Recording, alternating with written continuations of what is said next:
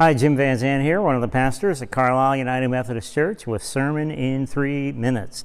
Thanks for tuning in today. You know, last week in our worship services, the message was the question, why should I believe in God? And the answer was not a theological one. No, it was rather a thinking logical one. The answer was because it makes sense to believe in God.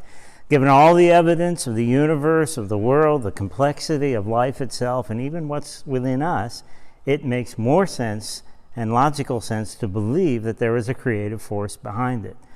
The other alternative is to believe that you're just a result of a happenstance, random collision of a couple of atoms several billion years ago, and poof, you're here. In which case, the universe really doesn't care whether you're here or not. Your life is meaningless, and when you're gone, you're simply gone. You are just the result of a cosmic accident. And by the way, I've never understood the Big Bang Theory to be in competition with the creation story in the scriptures. I always thought God had to start with something, so why not a Big Bang? You know, not believing in God, not believing in a creative force. Sir Frederick Hoyle, British scientist, said, not believing in a creative force is the equivalent of believing that a tornado could blow through a junkyard full of parts of a 747 jetliner, and when the tornado had passed through the junkyard, all the parts would be assembled perfectly in order and the jet would be ready for takeoff. The chances are statistically insignificant, he says, to believe that we're just the result of happenstance or chance. There are many evidences of God in our lives. There are evidences within us. You know, theologian and author C.S. Lewis always marveled the fact that every culture all over the world has some sense of moral right and wrong. And he questions, where did that come from? It had to have come from a single source.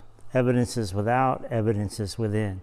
But then there's the daily evidences that you and I have. Have you ever been driving along or walking along and you've seen a sunset that's the prettiest thing you've ever, the most beautiful thing? Your heart is moved, your mind is moved by it all. You can't stop but help but stop and stare at it. And maybe in the process you even utter out a thanks to God. Where did that come from? What caused you to do that? You didn't think about doing that, it just happened.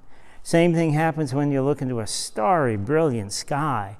You can even see the Milky Way, and you sense this kind of connection to it all and an awesomeness of the moment. And once again, your thoughts may go to God and to thank God, the Creator, for all of this.